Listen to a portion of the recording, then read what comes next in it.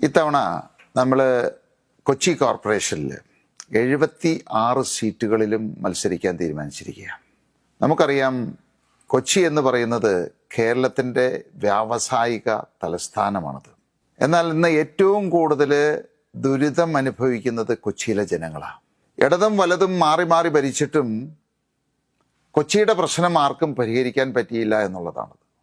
ഇന്ന് മറ്റ് കോർപ്പറേഷനുകളെ വെച്ച് നോക്കുമ്പോൾ ഏറ്റവും കൂടുതൽ വരുമാനമുള്ള ഒരു കോർപ്പറേഷനാണ് കൊച്ചിൻ കോർപ്പറേഷൻ. എന്നാൽ ഏറ്റവും കൂടുതൽ അഴിമതി നടക്കുന്ന ഒരു കോർപ്പറേഷനുമാണ് കൊച്ചി. എനിക്ക് തോന്നുന്നത് ഏതാണ്ട് 100 കോടി രൂപയെങ്കിലും ഒരു വർഷം ജനങ്ങളുടെ നികുതി പണം ഇവിടെ ഭരിക്കുന്ന രാഷ്ട്രീയക്കാർ അടിച്ചു മാറ്റുന്നുണ്ട്.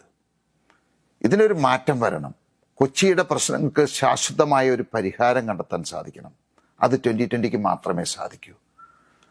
അതിനുള്ള ശ്രമമാണ് ഞങ്ങൾ നടത്തുന്നത്. അതിനുവേണ്ടിയാണ് 76 മണ്ഡലങ്ങളിലും ഞങ്ങൾ മത്സരിക്കുന്നത്.